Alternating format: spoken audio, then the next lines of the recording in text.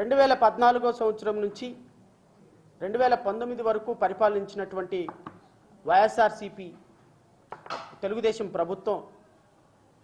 చేసినటువంటి అప్రజాస్వామిక చర్యల కారణంగా ఈ రాష్ట్రంలో పరిపాలించినటువంటి పరిపాలన కారణంగా 2019లో 151 సీట్లతో అద్భుతమైనటువంటి మెజారిటీ ఇచ్చి వన్ సైడ్ ఎలక్షన్ జరిగి ముఖ్యమంత్రిగా జగన్మోహన్ రెడ్డి గారు ముఖ్యమంత్రిగా ప్రమాణ స్వీకారం చేసిన దగ్గర నుంచి ఇనిషియల్ డేస్లో కొంత పరిపాలన బాగా చేసినప్పటికీ కొన్ని దురదృష్టకరమైనటువంటి పరిణామాలు ఆంధ్రప్రదేశ్ రాష్ట్రంలో రైట్ ఫ్రమ్ సుధాకర్ దగ్గర నుంచి కూడా డాక్టర్ సుధాకర్ గారి దగ్గర నుంచి ఈ రాష్ట్రంలో దళిత బిడ్డల మీద జరిగినటువంటి అమానుషాలు, అకృత్యాలు, అన్యాయాలు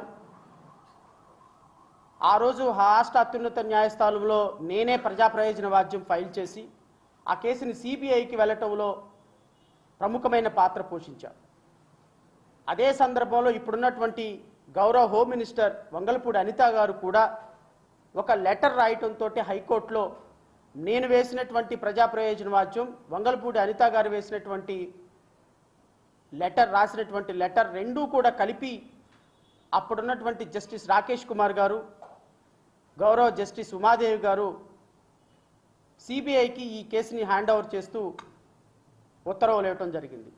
సో గత ప్రభుత్వం యొక్క తప్పులు 2019 నుంచే వివిధ న్యాయ పోరాటాల ద్వారా, కొన్ని వేల డిబేట్ల ద్వారా, కొన్ని వేల రౌండ్ టేబుల్ సమావేశాల ద్వారా అన్ని వర్గాల ప్రజలు యొక్క కష్టాలని, నష్టాలని, బాధలని, కన్నీళ్ళని వివిధ రూపాలలో ప్రజాక్షేత్రంలో పెట్టి వివిధ రూపాలలో